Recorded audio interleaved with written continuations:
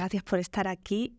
Un debut de lo más dulce en Cannes, ¿no? La primera vez que vas a Cannes y Volveréis, que es tu última película, gana el premio de la quincena de cineastas, ¿no? Que es esta sección paralela. Sí.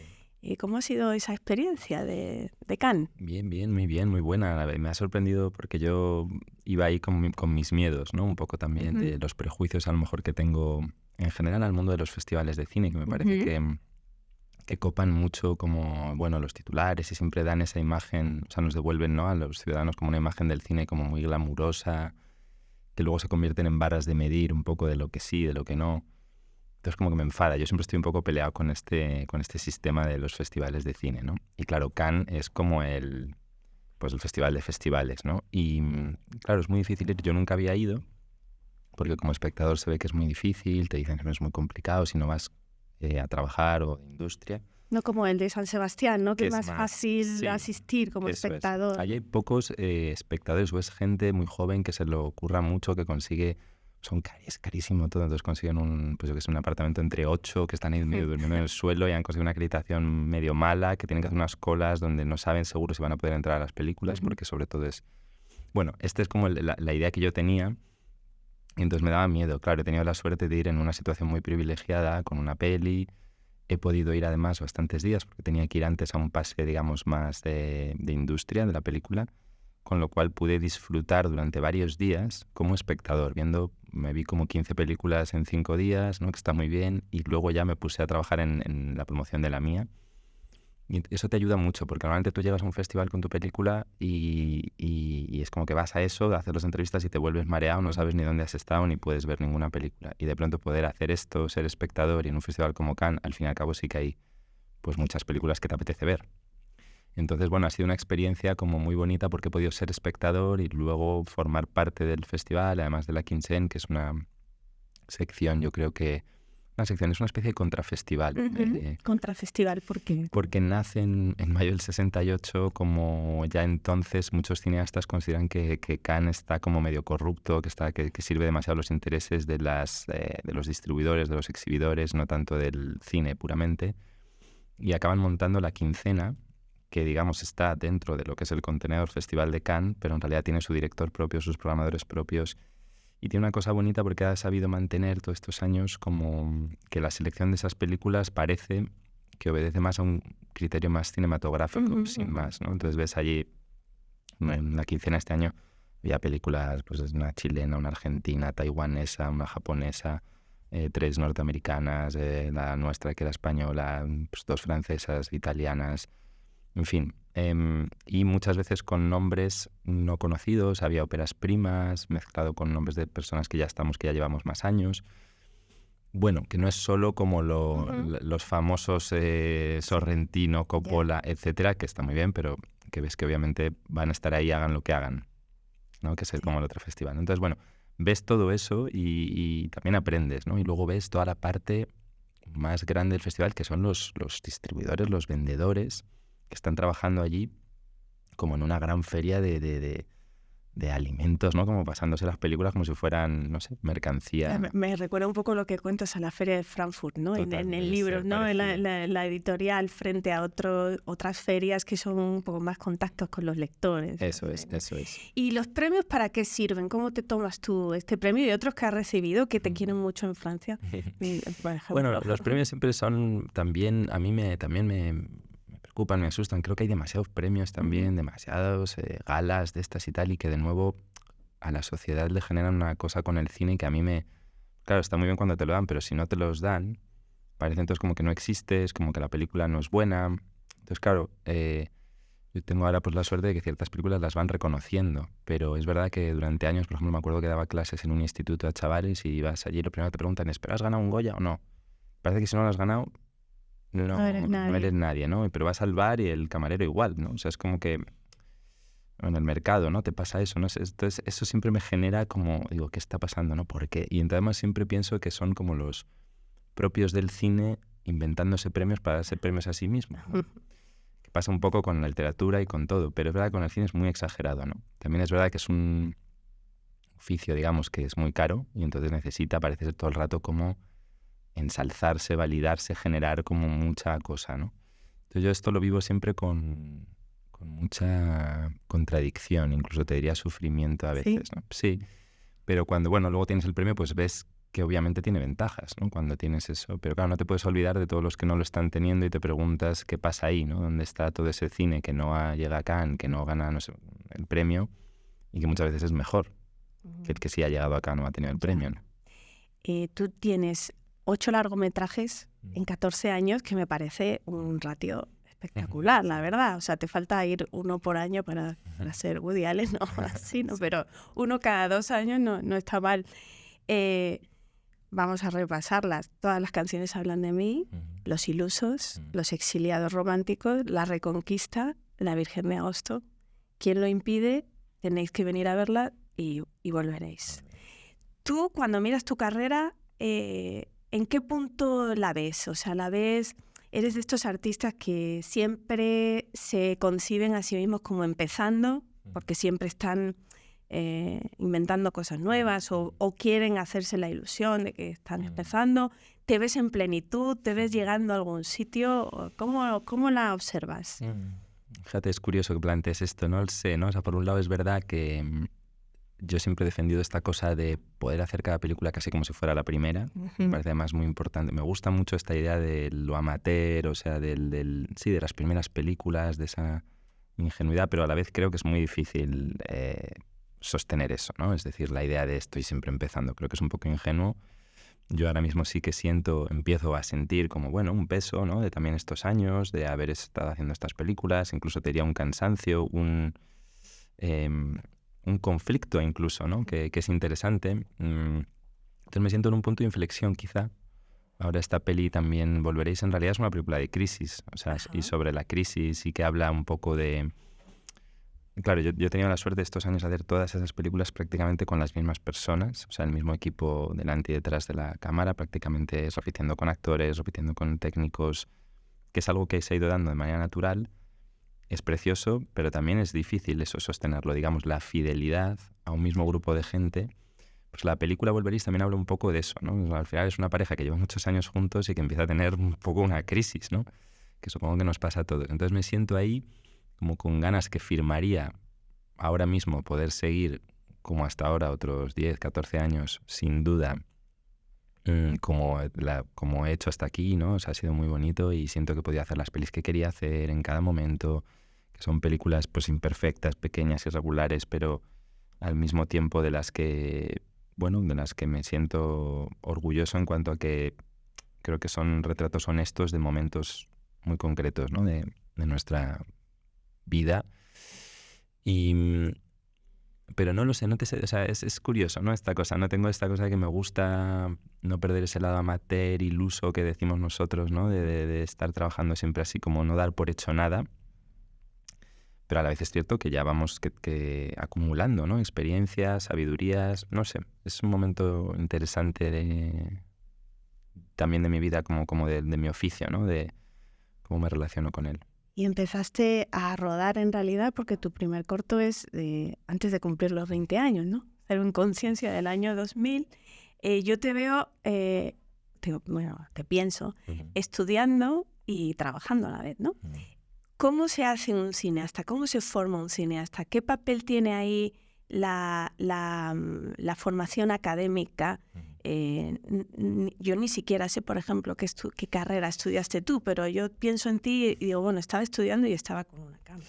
Mira, curiosamente yo no hice una carrera, cosa que es algo de lo que seguramente me arrepiento, pero en ese momento yo ya muy joven tenía como muy clara mi vocación, que quería hacer cine, empecé a hacer cortos antes de ese que has nombrado, que es como ya un corto un poco más profesional, pero yo hacía cortos pues con una camarita que teníamos High 8 desde muy pequeño, con mis amigos, ya escribía guiones, ¿no? Desde muy joven. Es verdad, claro, no puedo dar un ejemplo de nada, creo, puesto que también, claro, cuando me veo con otros compañeros cineastas, ¿no? Que sí que a lo mejor pues, han ido a las escuelas de cine, que han ido también mejorando mucho estos años en España, porque cuando yo era más joven no había tantas escuelas de cine y tal.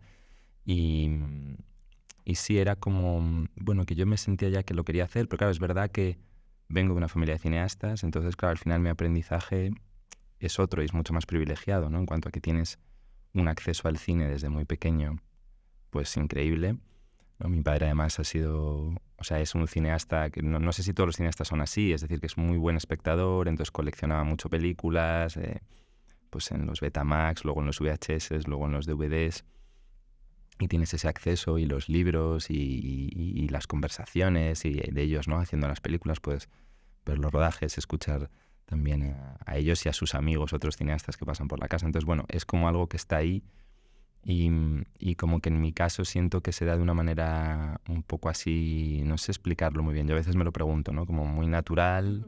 Luego es verdad que me he debatido mucho con mi vocación, precisamente porque me cuestiono, ¿no? Digo, claro, esto lo hago por herencia puramente o por inercia o qué, ¿no? Pero bueno, siempre lo tuve claro. O sea, es decir, como que creo que siempre casi inconscientemente sabía que quería hacer cine y ya lo estaba haciendo. Ya estaba escribiendo, ya estaba grabando, ¿no? Ahora que sacas ese tema, tu padre Fernando Trueba, tu madre Cristina Huete, Sí.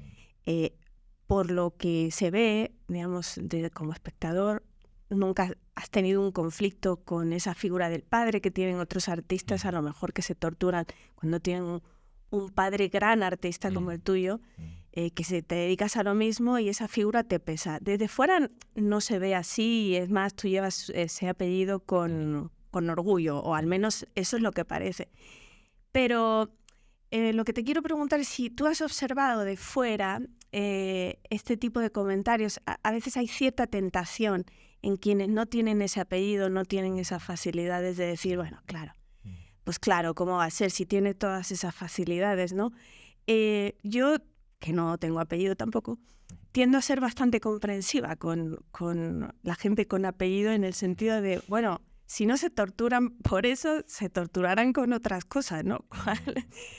No sé si te has encontrado directamente gente que te diga eso y cómo reaccionas a ese No, claro, pensamiento. muchísimo, ¿no? Es una cuestión todavía que, digamos, de la que no me puedo desentender, ¿no? Y con la que me debato, ¿no? Con la que lucho, ¿no? Pues desde que me decido dedicarme a esto, ¿no? Como te decía, así un poco irracionalmente. Claro, luego vas tomando conciencia de todo eso y también de ese privilegio que has tenido, ¿no? Vas siendo como más consciente a veces, también con el tiempo. A ver, es cierto que también es verdad que genera muchos prejuicios y muchas cosas, muchas de ellas comprensibles, ¿no? Yo siempre digo que entiendo, que me parece legítimo ese prejuicio que tenemos a veces, lo de los hijos de, ¿no? Porque está aquí, sobre todo cuando es un oficio tan materialista, donde hay tanto dinero en juego, todas estas cosas, ¿no? De la celebridad, todo esto que hablábamos, como es el cine, pues despierta recelos, ya te digo, hasta un cierto punto yo creo que comprensibles. Pero agradezco esto que digas que tú lo... Porque tiene también su tema... A ver, luego es que hay muchos ejemplos de gente que son hijos de un artista y tal y también lo hacen y hay muy bonitos ejemplos de eso, ¿no? De alguien que sigue como Una saga una familiar. saga o el oficio y por qué no. Pero también es verdad que hay muchos ejemplos un poco lamentables, ¿no? A veces que donde ves quizás como una inercia facilona, no sé cómo decir, o un aprovechamiento un poco, no sé.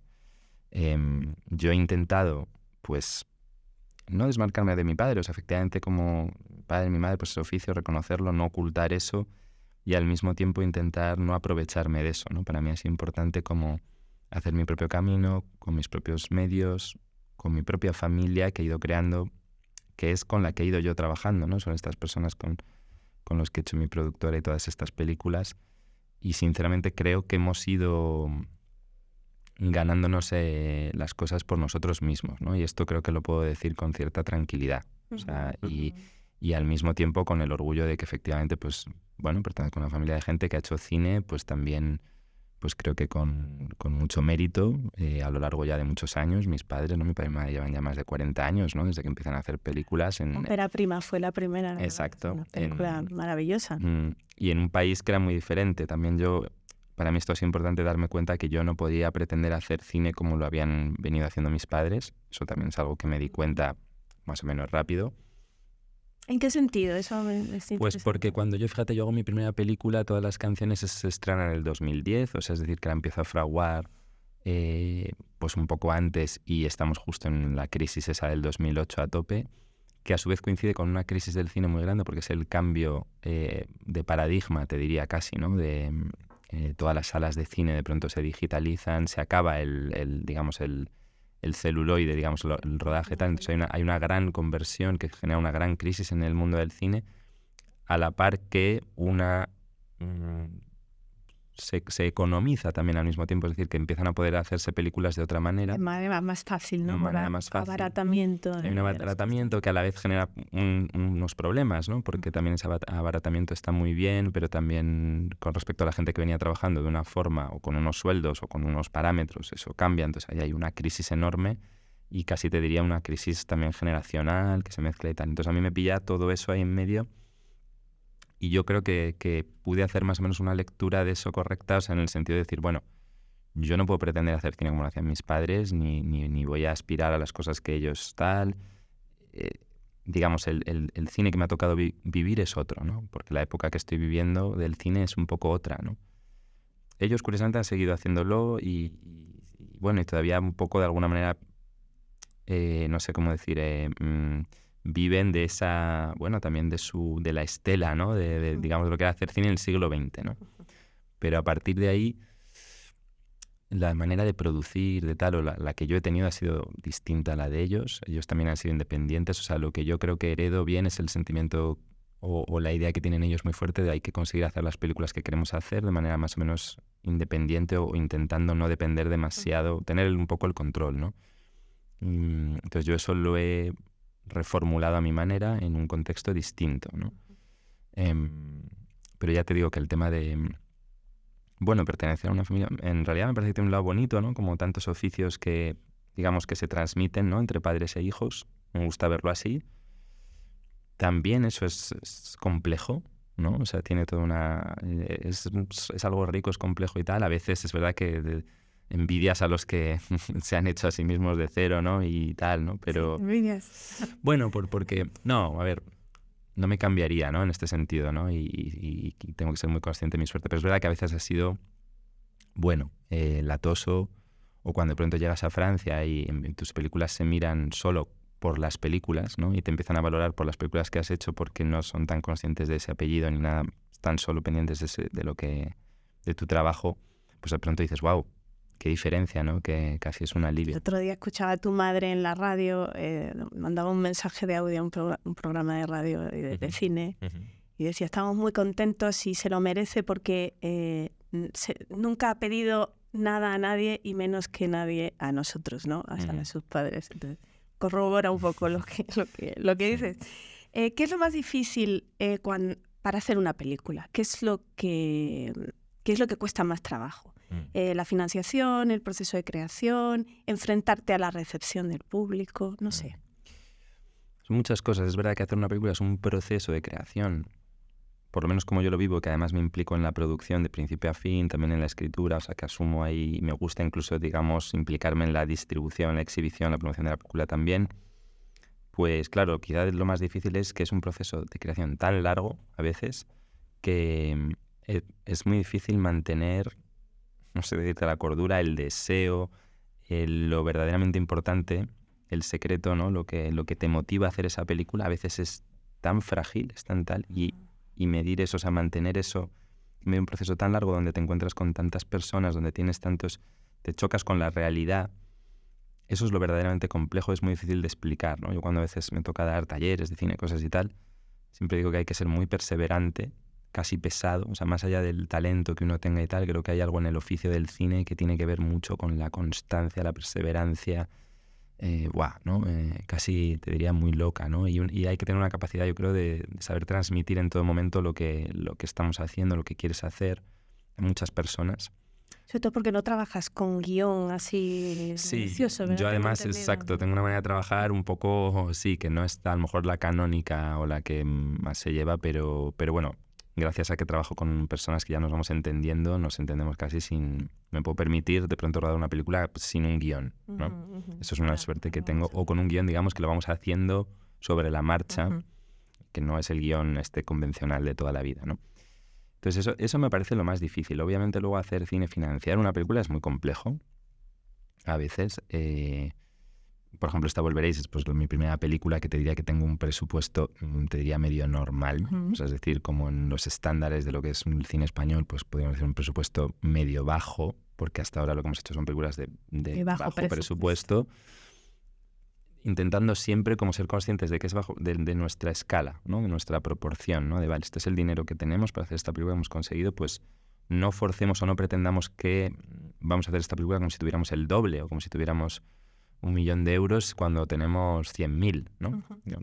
Entonces hemos intentado, pues eso significa pues, rodar menos días, tener sueldos más bajos, pero intentar también pues ajustar la película a la realidad de esos días, de esos sueldos, de menos horas, menos tal. O sea, eso es como, de nuevo, ¿no? Como es muy de sentido común, pero no sobra esto en el mundo del cine. Ni en el cine ni fuera del cine. Sí, la gente se engaña mucho, lo quiere todo inflar, agrandar, en fin. Entonces yo creo que para mí es muy importante como mantener una especie de sentido común y es un arte posibilista, yo lo veo así, ¿no? Como hay que trabajar con lo que se tiene y no con lo que no se tiene, ¿no? Es muy posibilista, muy materialista. Te he oído varias veces contar cómo las películas nacen de, digamos, de las películas anteriores para ti, de algún fleco que quedó o de alguna insatisfacción que produce el trabajo anterior. ¿Cuál es esa chispa que provoca Volveréis respecto a las anteriores películas? Porque, bueno, y ahora hablaremos de eso, ¿no? De cómo vas creando tu propio lenguaje, tu propio estilo y los temas que se van repitiendo, mejorando, dándole la vuelta, ¿no? ¿Qué chispa provoca Volveréis? En este caso es la primera pregunta. Sí, pues mira, eso un poco, y retomando lo que me preguntabas antes, Sara, yo creo que nosotros hemos intentado trabajar casi no tanto como por película, o sea, en el sentido de voy ahora a hacer esta película con esta gran idea, sino como estamos haciendo cine juntos, o sea, vamos haciendo películas y quizás no son tan importantes cada una de ellas, sino que es como eso, el diálogo entre ellas y el estar viviendo, haciendo estas películas, ¿no? Entonces, al final, efectivamente, una me va llevando a la otra, ¿no? Creo que no habría hecho Volveréis si no hubiera hecho antes, tenéis que venir a verla y así se voy para atrás, ¿no? O sea, esta es una peli que, por un lado, nace un poco de esta cosa, tiene ahí en el ADN, yo creo, esta cuestión de la crisis, que tiene que ver con la crisis profesional, probablemente, de la edad, de varias cosas, ¿no? Yo estaba también involucrado en un proyecto previamente que era rodar una película en Granada en torno a, digamos, la música en los 90 allí. Al final esa película, después de trabajar mucho, la abandono. Es una película que ahora se acaba de estrenar, que se llama Segundo Premio, que ha dirigido un amigo, Isaki Lacuesta, y que es genial que él ha podido hacer esa película que además le está trayendo, yo creo, mucha alegría y a mí me gusta mucho. Y yo, mientras tanto, en paralelo logré, digamos, salir de aquella crisis y ponerme a escribir esta otra, Volveréis, muy rápido y hacerla muy rápido. Y que estemos estrenando casi esas dos pelis a la vez es como muy bonito, es increíble, muy loco. O sea, que nace un poco de esa crisis, ¿no? Y a la vez decido pues hacer un poco una comedia, ¿no? O sea, me apetecía como hacer una comedia precisamente porque estaba yo como con el ánimo un poco bajo, ¿no? Y digo, venga, vamos a hacer algo así. Entonces la peli también pues nace de una idea de mi padre, vamos, de una frase que me dijo una vez mi padre. Que es que hay que hacer una celebración, ¿no? Porque explica eso. Sí, mi padre es muy dado a las ocurrencias, a las boutades también, y tiene esa cosa de intentar como no dejarse, o sea, huir de la discusión o del drama, ¿no? Él es muy por eso que le gusta mucho la comedia, ¿no? En su sentido más profundo también de que te sirve para vivir, ¿no? Que te salva, ¿no? Como pienso en esa escena de Woody Allen en Hannah y sus hermanas, que está pensando que se va a morir y entra en un cine y ve a los hermanos Marx y le salvan, ¿no? Y le devuelven el ánimo. Bueno, pues mi padre tiene algo de esto. Y entonces, bueno, me dijo esta frase de celebrar las separaciones en vez de las uniones, ¿no? Las bodas, que es, claro, al final es algo muy suyo, esta cosa de incluso en esas hay que celebrar, ¿no? No pasa nada, ¿no? Seguramente si te separas es para bien. Y esto se me quedó a mí ahí y pensé que era un argumento bueno para una película, para una comedia, ¿no? O sea, como que tenía algo de paradoja. Ya sabes que las comedias funcionan mucho con la paradoja, ¿no? Así que bueno, es como siempre una mezcolanza de sensaciones, contexto. Me hace gracia eso que dices, que ahora has hecho una comedia, pero el humor está presente en tu cine desde el principio a través Sí. de distintos personajes, ¿no? Por ejemplo, pienso en todas las canciones de ese personaje de Lucas, que es absolutamente desternillante y es una película que habla de la melancolía, del regodeo un poco en Total. ese fracaso amoroso, pero el humor, ¿eh? Nos El humor está nos ahí. reíamos de eso, claro, claro. Todas las canciones en el fondo hablaba de ese egotismo post-ruptura. Y esta pues tiene algo que ver. Fíjate, ahora volveréis en cierta manera, podría también dialogar con aquella peli, ¿no? Que era nuestro primer largo. Y sí, siempre hemos tenido humor. Yo creo que siempre para mí es... O sea, aunque no había quizás se plantea una película como, digamos, con una premisa de comedia, para mí el humor siempre tenía que estar ahí, ¿no? O sea, o sale de una manera más o menos natural. Bueno, antes hablabas de los hermanos Marx, tu padre, de tu segundo nombre es Es Groucho, o Groucho. no podía ser de otra Sí, manera. sí. A ver si estás de acuerdo, el amor, la melancolía, la adolescencia, las palabras, eh, ¿eso es lo que conforma el universo de tus películas? ¿Me falta algo que dirías que lo caracteriza? Quizá la amistad, ¿no? O sea, diría, ¿no? Pero sí, esas cosas que has dicho, sí, la melancolía es verdad que es algo que estaba muy presente en esa primera peli. Luego, claro, yo siempre pensaba que el cine era un poco melancólico por naturaleza, ¿no? Porque al final hay algo de esta cuestión de hacer una peli no deja de ser un registro de un De momento. aquello, ¿no? Claro, es como que tú decides, y eso para mí es muy poderoso, ¿no? Tú decides capturar algo, ¿no? O intentas capturar algo, vas en esa... y fracasas siempre, ¿no?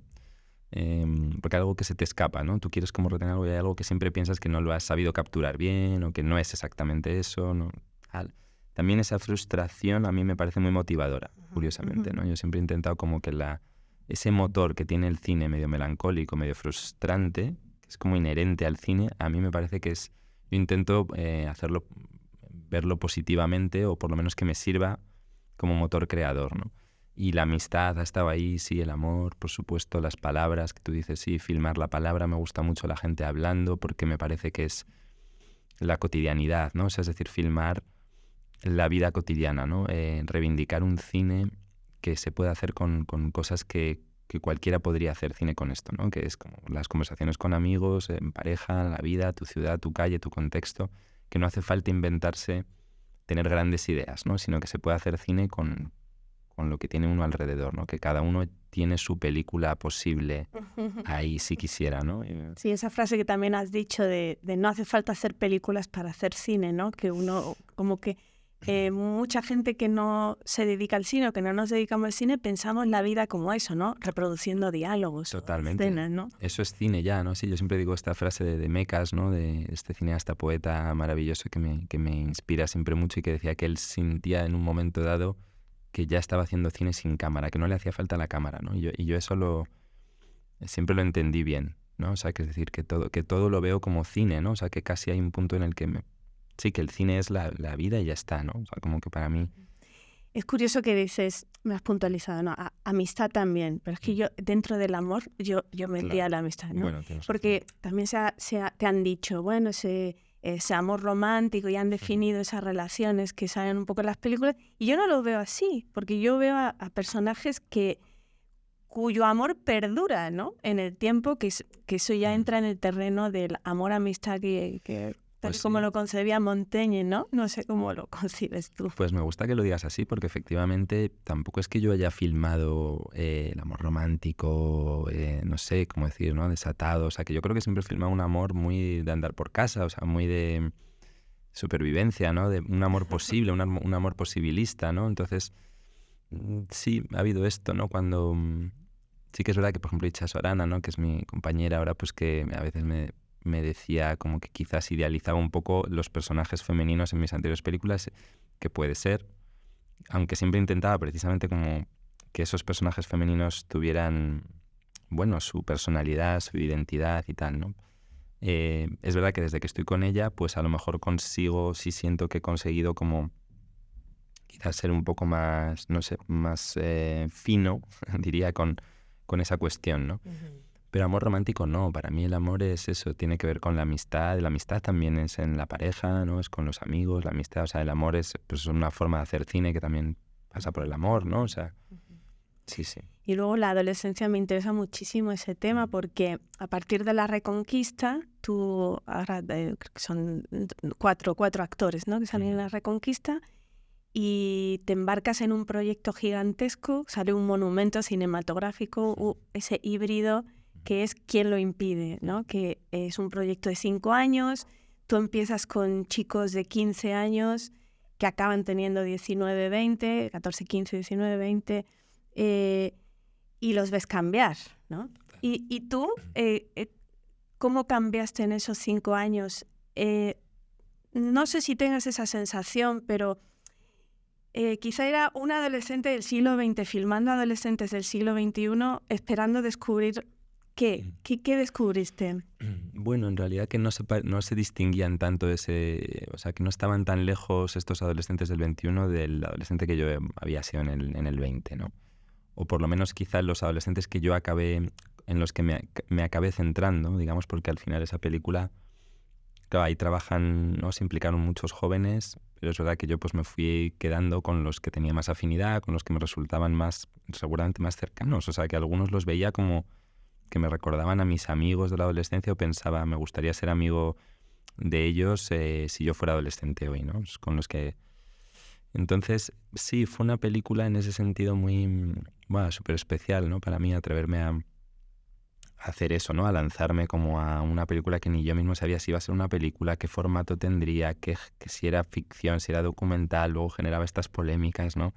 3 horas 40. 3 horas 40 de un mundo... Sí, el título ya contenía para mí una especie de filosofía, casi como un mantra de... sí, de atreverme, ¿no? El quién lo impide, pues nadie, ¿no? Realmente yo dependo de mí y tal, de nuevo, ¿no? Voy con mi cámara, voy grabando y voy orquestando esto y voy encontrando una forma, aunque sea medio informe, pero me gustaba mucho eso y decir, esto también puede ser cine, también se puede hacer una película así, ¿por qué no? Es una especie de película río, cambiante, donde las cosas se van... Un poco yo decía hasta casi cervantina, ¿no? En el sentido de... Me gustaba esa idea. Sí, de que de pronto pues abandonas un personaje, vuelve, hay una reflexión, hay un... El burro se escapa, vuelve el burro. Esta cosa divertida, sí, no sé, del humor también con respecto a la forma, ¿no? Entonces sí, es una peli para mí, joder, pues estoy orgulloso de ella con todo, ¿no? Lo que, o sea, como experiencia vital fue brutal. Ahora no sé si sería capaz, porque también físicamente... Además acaba en la pandemia, ¿no? Que también es una cosa que a los adolescentes les marcó mucho. Les ha marcado. Bueno, sí, a esa generación precisamente que más o menos estaban con 18 años en el momento que les cae la pandemia encima. Entonces, claro, bueno, a mí me daba mucho que pensar, ¿no? Les veía muy tristones ahí metidos en sus casas cuando hablábamos y un poco fue el impulso final para voy a acabar la película un poco por ellos, ¿no? Por darles esto, ¿no? Y sí, fue así, una peli muy física y también de nuevo muy sujeta a las circunstancias, ¿no? Ese final está claro, ¿no? Casi nos puso el final la pandemia. Hizo ahí como un corte, ¿no? En el tiempo, que hoy se nos ha olvidado un poco, pero sí, yo creo que a ellos no lo van a olvidar nunca, ¿no? Es decir, estaban ahí... Y hablando de las palabras, yo no me puedo resistir a que hablemos de lo que tenemos en común. Nosotros apenas nos hemos visto en la vida, sin embargo tenemos un nexo muy fuerte que es Félix Romeo. Sí, claro. Te voy a contar una anécdota. Cuando yo vi Todas las canciones hablan de mí, justo acaba de morir Félix, y cuando vi la frase de Pessoa en boca de Ramiro, decirla exactamente como la decía Félix, que era desvirtuando a Pessoa, que no la decía como el poema de Pessoa. Todas las cartas de amor son ridículas, pero más ridículos son los que nunca han escrito cartas de amor. Así lo decía Félix, ¿no? Que el verso es un poco distinto. Entonces, esa conexión, cuando yo vi eso, dije, ¿qué persona, ¿no? ¿Qué nos pasó por aquí? ¿Quién era Félix Romeo? ¿Quién fue Félix Romeo para ti y para este país que no queremos que se olvide, ¿no? Totalmente, sí, pues que es una persona absolutamente fundamental en mi vida, ¿no? Me sigo acordando de él. Yo creo que en mi vida y en la de mucha gente que, pues como te debió pasar a ti, ¿no? Que pasó por nuestra vida como un huracán, ¿no? Y que es que no lo estamos todavía como temblando, ¿no? Tengo la sensación de que la vibración suya es tan fuerte que todavía vibra, ¿no? O sea, que yo siento todavía su espíritu ahí, su pasión, ¿no? Sus cosas y, bueno, la suerte de encontrar a alguien así que, fíjate, Félix, pues yo voy a cumplir ahora la edad que él tenía cuando murió, ¿no? Lo pienso mucho eso, ¿no? Y claro, Él murió en el 2011, el 7 de octubre. claro, y cómo se relacionaba él con alguien como yo, como Dani Gascón, como tanta gente que éramos mucho más jóvenes, y todo lo que nos daba, sin nunca ser como un, no sé, ¿no? Como pretender ser un profesor ni nada, era como un amigo, porque luego también nos mostraba sus debilidades, sus fragilidades, entonces al final había un diálogo muy de tú a tú, pero claro, al mismo tiempo lo que nos contagió, ¿no? Que es una pasión por la lectura, por todo, en realidad, por el amor, por la vida, por las ciudades, por la amistad, por supuesto, ¿no? Por por el sentido político de estar en el mundo, ¿no? Por la justicia, ¿no? Por muchas libertad, cosas. ¿no? Por la libertad. Él estuvo en la cárcel por ser insumiso, ¿no? Exactamente. Se le rueda saliendo. Ahí le rueda a mi padre y ahí es cuando lo conozco. O sea, yo Ajá. conozco a Félix yo creo que tengo en ese momento como 13 años y mi padre me lleva a Zaragoza a hacer le habían encargado un homenaje a los hermanos Lumière, en ese momento era el siglo del cine, creo, entonces eligió filmar la salida de Félix Romeo como insumiso, ¿no? Y ahí es donde lo conozco levemente y me dedica sus dibujos animados, ¿no? Su primera novela. Y luego pasa un tiempo hasta que ya yo siendo un poco más mayor empezamos a hablar. Y efectivamente, por ejemplo, mi primera película, Todas las canciones hablan de mí, de hecho el título me lo dio él, de la película nos lo dio él, ¿no? Estaba escrito, era una frase que estaba en el guión, pero es él al leer el guión que dice, llámala así, este es el título, ¿no? Y tantas cosas que nos dio y la importancia de tener a alguien, eso, como un poco más mayor que tú, que te habla así de todo, ¿no? Pues eso, ¿no? Es como inolvidable, una de las suertes de mi vida, probablemente es de las personas que más me han ayudado a pensar, a ser independiente, ¿no? A pensar por mí mismo. Esto es muy importante, ¿no? Como de no hablar de refrito, ¿no? De no repetir como un papagayo lo que, yo qué sé, ¿no? Dicen en tu casa o en el medio de comunicación X, sino estar como más vivo, más despierto y no tener miedo a llevar un poco la contraria también a veces, ¿no? A cuestionar, a matizar según qué cosas y a defender con vehemencia lo que consideras que tienes que defender, ¿no? A implicarte, ¿no? Eso es fundamental, sí. Ese fue Félix. Si yo te pregunto si te acuerdas la primera película que viste, ¿te acuerdas o es como los peces de David Foster Wallace? Ya sabes que se acerca el pez y dice, ¿qué tal está el agua? Y otro dice, ¿qué agua? ¿No? Total, pues, hombre, pues... o sea, sé que la primera película que me llevó mi padre a ver al cine es una de Walt Disney, que es Merlín el Encantador, que es muy buena y de hecho él conserva la entrada. Yo la verdad que no tengo un recuerdo como tan... Claro, no sé si ya es un recuerdo inventado, ¿no? Porque he visto la entrada, me lo ha contado mi padre, entonces supongo que es algo ahí que que debía ser yo muy pequeño. Pero esa es la primera película por lo menos que fui a ver al cine, ¿no? Y entonces siempre la cuento ahí, ¿no? Está casi como en... ¿Y que recuerdes? Recuerdo mucho de pequeño para una película fundamental fue otra de Walt Disney, curiosamente, que es El libro de la selva, ¿no? Que son dos películas de las más humanas, ¿no? De Walt Disney, ¿no? Que no eran tan traumáticas, curiosamente, claro, como tantas otras luego de Disney, ¿no? Bueno, la primera, Blancanieves, esa bruja, da miedo. O sea, miedo, ¿no? Eran películas tremendas, sí, sí. Bambi, la madre. Pero esta, El libro de la selva, curiosamente, creo que es la última película de Walt Disney supervisó en vida y creo que la detestó porque le pareció demasiado alegre. Efectivamente esa peli tiene algo como más hedonista, ¿no? muy bonito y tal, y yo siempre la comparo un poco, la pienso mucho con El pequeño salvaje de Truffaut, que tiene algo que ver, ¿no? En esta cosa del niño abandonado y de también de nuevo cómo se inventa su propia familia, ¿no? Con amigos que encuentra un poco por azar o que le acogen y le enseñan a vivir, ¿no? Y le enseñan cosas, ¿no? Y no sé por qué son dos pelis muy importantes también en mi vida. Y el libro de la selva, bueno, luego ya muchas, pero quizá esas de las que más de pequeño veía. Bueno, y una pregunta que sé que va a ser difícil. Si tuvieras que elegir una película y un director que dijeras, se quema todo, en la biblioteca de Babel desaparecen todas las películas, queda esta película y este director, ¿cuál sería? Es ciertamente difícil. Pero en una situación tan extrema como esa, de se quema todo y solo queda una, sí que tengo claro que me centraría en una que me parece que es casi no es una película y es casi la vida misma, ¿no? Se parece menos a una película que a la vida misma. Y es una película de mi tocayo Mekas, que he citado antes. Es una película con un título larguísimo, muy precioso, que es As I Was Moving Ahead, I Saw Brief Glimpses of Beauty, ¿no? Que es ese título. Y que la película hace honor al título, ¿no? Mientras avanzaba he visto momentáneos destellos de belleza o algo así, ¿no? Entonces es una película como de película río, película vida, como una especie de home movie de su vida. Realmente esa película lo que muestra es la vida del propio Mekas en Nueva York, con su mujer, con sus hijos en su apartamento, yendo a Central Park. Es una película que muy feliz Romeo, porque es una película que celebra, todo el rato está celebrando ir al parque a pasear, ¿no? Una piscina. O una piscina, podría ser, sí, o de beber vino, estar con amigos, la risa, las comidas, nada, o sea, de hecho es como una obra maestra sobre la nada, ¿no? Entonces tú ves eso y realmente si solo quedara esa película estaría lo esencial de la vida ahí contenido. ¿Y un director?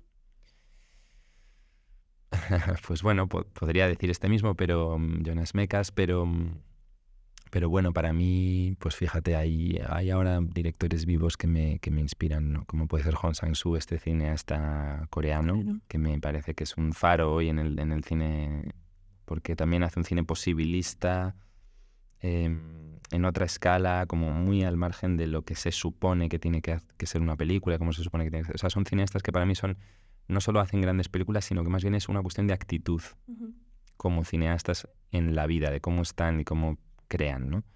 Pues este es un cineasta que siempre reivindicaría.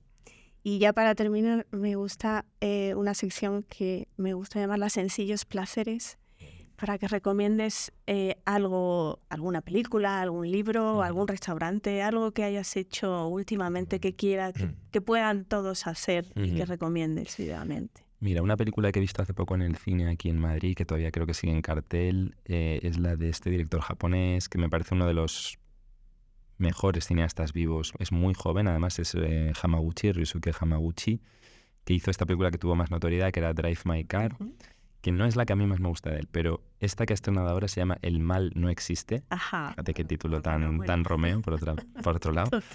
Y es una película muy, muy especial, muy particular, la recomiendo mucho. Muy sorprendente, para mí es el cineasta del futuro, Hamaguchi, del presente y del futuro. O sea, y habla del mundo de hoy de una manera muy... Sabe también filmar el secreto, ¿no? Lo hablábamos con una amiga al salir de ver la película, ¿no? Que filma el misterio también de la vida. Y es una película muy sorprendente. La recomiendo mucho. El mal no existe, Hamaguchi. Pues la veremos. ¿Qué me has dicho? ¿Un libro? La película está bien, ¿eh? Con que sea una, pero si quieres recomendar un libro... Pues un libro, por ejemplo, recomendaría... me estoy leyendo ahora, es un libro de un escritor muy amigo, muy cercano, acaba de salir. Es un pequeño ensayo sobre el free jazz. Está en la colección de Anagrama, esta pequeña de bolsillo.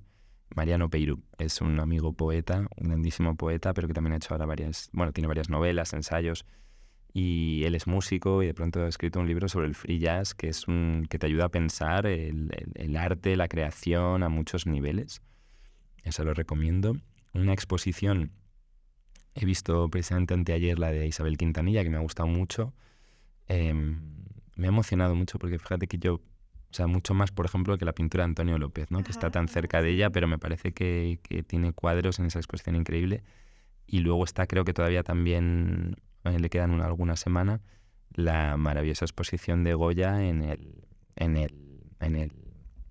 la Academia de Bellas Artes de San Fernando, que es el gran museo madrileño desconocido. Sí, totalmente. Y digamos, están allí pues toda la serie de los disparates, han restaurado, digamos, lo que son las planchas de cobre, y los puedes ver ahí de una manera y con una tranquilidad, y vas ahí y no hay nadie. O sea, que esa misma exposición en el Prado habría colas y tal, y vas ahí, yo estuve el otro día, no había prácticamente nadie. Es asombroso esto. A partir de ahora va a haber hordas. Y pues es increíble volver a ver eso, llegas hasta la tauromaquia, ¿no? Y que es interesante volverlo a ver. Y tiene todo esto de los disparates, toda la serie, digamos, ¿no? Y es la serie completa expuesta. Increíble. Qué maravilla, pues iremos a ver. Y me decías, ¿qué más? O sea, una expo, un libro, una película... Es suficiente. Un disco te voy a recomendar. Vale, por favor. Un disco es muy importante. Esto es lo que quiero recomendar más. Es un disco de un artista muy desconocido todavía, pero para mí es un genio. Se llama Alonso. Okay. Alonso Díaz Carmona, pero firma Alonso. Su primer disco en solitario, aunque él ha trabajado, antes tenía un grupo que se llamaba Napoleón Solo, ha sido productor musical, arreglista de Soledad Morente, de Lorena Álvarez. Ha sacado este disco él que se llama ¿Qué es querer? También un título muy de Félix, ahora que lo pienso. Pues es un disco absolutamente sorprendente y maravilloso, inventivo, genialoide, con una mezcla también de géneros, de influencias musicales que van desde batiato hasta la rumba, hasta, no sé, Ray Heredia y el flamenco y la música clásica. Y es un disco de desamor y humor, y casi te diría, es un disco filosófico. Realmente increíble esta persona. Wow, pues, ¿Qué es querer? Ya lo quiero entrevistar también. Pues deberías, pues es una persona que merece, o sea, que ojalá se le escuche más. Pues muchas gracias, Jonás Trueba, por venir. Aiza. Un placer. Igual.